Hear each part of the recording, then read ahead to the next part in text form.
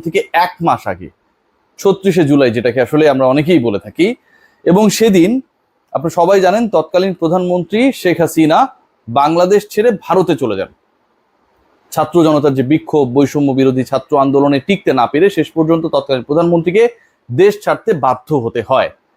5 September, 1 মাস চলে গেছে, শহীদি March আজ হবে। সেদিন ছিল মার্চ টু ঢাকা।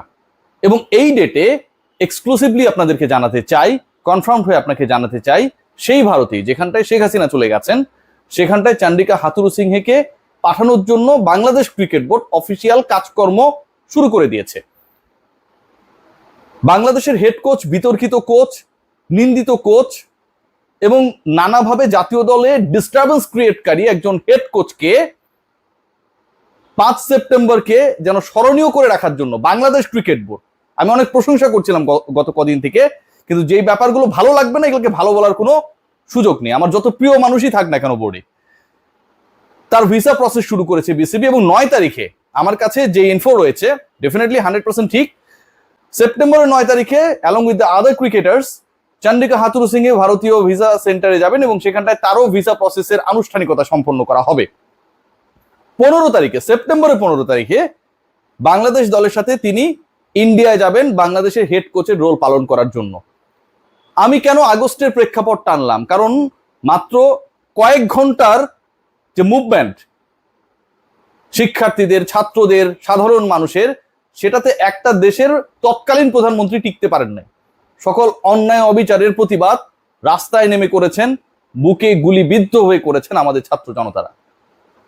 সেই জায়গায় যখন বাংলাদেশের সবচেয়ে আলোচিত জায়গা, যেটা পলিটিক্সের পরেই, সেটা হচ্ছে আমার sports, and definitely that is the cricket, সেখানটা এরকম একটা ঘটনা ঘটে, এটা কোনোভাবেই কাম্য না। আমরা কিছুদিন আগেও আমি বলেছি যে স্টাইল বানাই দুনিয়া কাঁপাই, বাংলাদেশের জয়, দুনিয়া কাঁপানো জয় বাংলাদেশের এগেনস্ট পাকিস্তান আমাদেরকে কতটা আপ্লুত করেছে। এবং সেই দুনিয়া কাঁপানো জয়ে সবচেয়ে বড় অবদান রেখেছেন মাঠে ক্রিকেটাররা, আর মাঠের বাইরে আমার লোকাল কোচেসরা।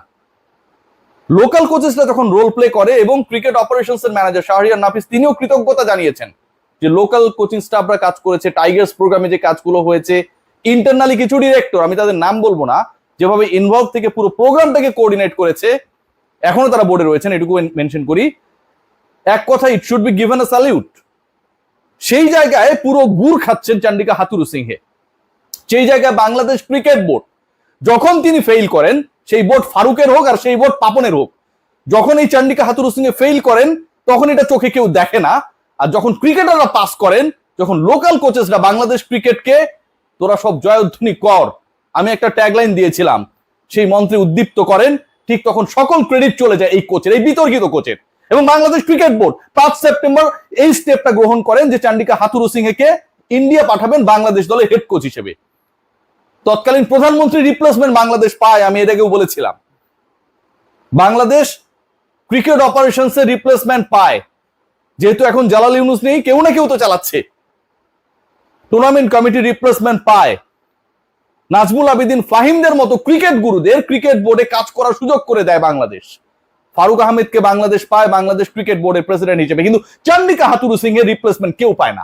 ফারুক আহমেদরা পায় না, আর পাপনরা তো পেতেই চায়নি। এই হচ্ছে বাংলাদেশের অবস্থা। আমার এই ভিডিও, আমার এই কন্টেন্ট অনেকের একদম ভিতরে বিদ্ধ হবে, কিছু করার নাই, এটাই বাস্তবতা। বোর্ডে যখন যেই যায় সবাই হয়ে যান নাজমুল হাসান পাপন। যেন চান্ডিকা হাথুরুসিংহে বাংলাদেশের লোকাল কোচরা বাংলাদেশকে জেতায়, ক্রিকেটাররা সেটা সাপোর্ট করেন, ক্রিকেটাররা সেটাকে প্রকাশ করেন, বাংলাদেশ ক্রিকেট বোর্ডের অফিসিয়ালসরা তারা ফেসবুকে স্ট্যাটাস দিয়ে সেই স্বীকৃতি দেন। কিন্তু সেই সাফল্যের গুড় যখন একজন বিতর্কিত কোচের কাছে চলে যায়, এর থেকে খারাপ কি হতে পারে? এটাই হচ্ছে, এটা হয়েছে। টানা দুটো আইসিসি ইভেন্টে ব্যর্থ একজন কোচকে নতুন বিসিবির কথা আজকে আমরা বলি। আজকে সাফল্য নিয়ে অনেক কথা হয়। এই সাফল্য পাবার আগে বাংলাদেশ দল যখন ইন্টেন্সিভলি প্রিপেয়ার্ড হচ্ছিল ফর দ্য টেস্ট সিরিজ, চট্টগ্রামে প্রিপারেশন নিচ্ছিল, ঢাকায় প্রিপারেশন নিচ্ছিল, ক্রিকেটাররা ইন্ডিভিজুয়াল প্রিপারেশন নিচ্ছিল, তখন 5 সপ্তাহের জন্য, প্রায় 36 দিনের জন্য উধাও হয়ে চান্ডিকা হাথুরুসিংহে কই ছিলেন? সেই প্রশ্ন বাংলাদেশ ক্রিকেট বোর্ডের কোন পরিচালক প্রকাশ্যে তুলেছেন? সেই প্রশ্ন কোন ক্রিকেটার গণমাধ্যমে বলেছেন?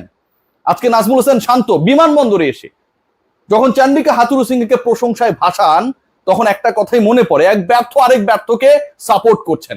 নাজমুল শান্তর ব্যাটে রান নেই, আর হাথুরুসিংহের ছুটির অভাব নেই। তাই তো হয়েছে। তাই হয়েছে। আজকে আমি আশা করেছিলাম বাংলাদেশ ক্যাপ্টেন আমার লোকাল কোচেসদের নিয়ে কথা বলবে, শুরুটা করবে তাদের দিয়ে। আজকে সোহেল ইসলামদের নিয়ে কথা হবে, আজকে তারেক আজিজদের নিয়ে কথা হবে, মিজানুর রহমান বাবুলদের নিয়ে কথা হবে। সেই আলাপ আমরা সেভাবে শুনিনি ভাই। চান্ডিকা হাথুরু সিং এ অনেক ক্রিকেটারদের সাথে মিলে যান, মিশে যান, এই গালগপ্প আমরা শুনেছি। 35 দিন তিনি কোথায় ছিলেন?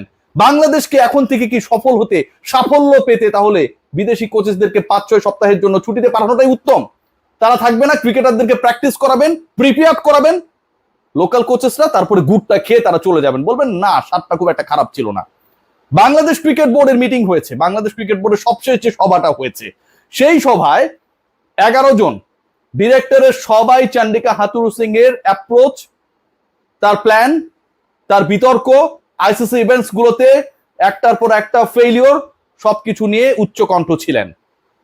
তাকে যেন সরানো হয় সেই ব্যাপারে সবাই ঐক্যমত্যে ছিলেন। সেই জায়গায় যখন আজকে দেখি সেই ক্রিকেট বোর্ড, যেই ক্রিকেট বোর্ডের বোর্ড সভায় এই আলোচনাটা হয়েছে, সেই বোর্ড সভায় সেই সিদ্ধান্ত অথবা সেই বোর্ডের সদস্যদের যেই সিদ্ধান্ত, যে বক্তব্য, সেটা থাকার পরেও চান্ডিকা হাথুরু সিং এর এগেনস্টে ইন্ডিয়ায় তাকে পাঠাতে হবে বাংলাদেশকে সফল করার জন্য। ট্যুরগুলো আসলেই চান্ডিকা হাথুরু সিং এ যেন হচ্ছে ইবনে বতুতা হয়ে যান, তিনি ছাড়া অন্য কোনো ক্রিকেটারকে গাইড করার কেউ নেই। এই যে একটা সিচুয়েশন, এই যে সিচুয়েশনটাকে জন্ম দিয়েছে বাংলাদেশ ক্রিকেট বোর্ড, বদলে যাওয়া বাংলাদেশে বিসিবি আসলে কতটুকু বদলালো বলেন তো? বাংলাদেশ ক্রিকেট বোর্ড কি বদলিয়েছে? বাংলাদেশ ক্রিকেট বোর্ড কি বদলাতে চায়? সেই বদলের শুরুটা কি শুধুমাত্র নাজমুল হাসান পাপনের পদ থেকেই হয়ে গেছে? একজন ক্রিকেটারের গায়ে হাত উঠেছে এরকম একটা বিতর্ক ছিল, সেই তদন্ত কমিটির রিপোর্ট আমরা চোখে দেখি নাই। 1 মাস হয়ে গেছে, কিন্তু বাংলাদেশ, আপনারা যারা বলেন আপনাদের মতো করে যে বাংলাদেশ নতুন করে স্বাধীন হয়েছে, 1 মাসের সেই রিপোর্ট আমরা চোখে দেখি নাই। অনেক রিপোর্ট আমরা দেখেছি, পুরো বাংলাদেশের রাষ্ট্র কাঠামোর অনেক বিষয় চোখের সামনে এসেছে, অনেক ভিডিও ভাইরাল হয়েছে, কিন্তু বাংলাদেশ ক্রিকেট বোর্ডে ক্রিকেটারদেরকে কিভাবে মেন্টাল টর্চার করা হয়েছে, আয়না ঘরে না রেখেও তামিম ইকবালদের সাথে কিভাবে আয়নাবাজি করা হয়েছে, সেই প্রশ্নের উত্তর কেউ জানার চেষ্টা করেনি, বরং সেই আয়নাবাজদেরকে বাংলাদেশ ক্রিকেট বোর্ড আরো একটা ট্যুরে পাঠানোর ব্যবস্থা করেছে, ইন্ডিয়া পাঠানোর ব্যবস্থা করেছে, সেই ডিসিশন নিয়েছে। 9 তারিখে তিনি ফিঙ্গারপ্রিন্ট দিতে যাবেন, 15 তারিখে তিনি ফ্লাই করবেন। আমরা বাহবা দিব, চান্ডিকা হাথুরু সিং এর আন্ডারে বাংলাদেশ দারুণ খেলেছে। যিনি থাকেন না দলের সাথে, রিমোট কন্ট্রোলে দল চালানোর পরিকল্পনা করেন, লোকাল কোচেসরা তপ্ত গরমে, রৌদ্রে তপ্ত আঁচের নিচে পুরো কালো হয়ে যান, ছাই হয়ে যান, ক্রিকেটারদেরকে তারপর প্রিপেয়ার করান। আজকে সাদমানের পাশে কয়দিন চান্ডিকা হাথুরু সিং ছিলেন, মেহেদী হাসান মিরাজকে তিনি কয়দিন গাইড করেছেন, নাহিদ রানার কথা বলা হচ্ছে টেস্ট স্পেশালিস্ট, তার সাথে কতদিন তিনি কাজ করেছেন। আজকে যেই ক্রিকেটাররা সাফল্য এনে দিয়েছে, মুমিনুল হকের কথা বলতে পারেন, মুশফিকের কথা বলতে পারেন, প্রত্যেকের সাথে চান্ডিকা হাথুরু সিং এর রিলেশনশিপটা বিফোর দ্য টেস্ট সিরিজ কোথায় ছিল? এই রেপো বিল্ড আপ করার জন্য তিনি 5 সপ্তাহের ছুটিতে না থেকে বাংলাদেশে গিয়ে এসেছিলেন। বাংলাদেশ ক্রিকেট বোর্ড প্রতি মাসে 37 লক্ষ টাকা খরচ করে কি লোকাল কোচেসদের বেতন দিতে? এই প্রশ্নগুলো কে তুলবে? এই প্রশ্নগুলো কেউ তুলবে না।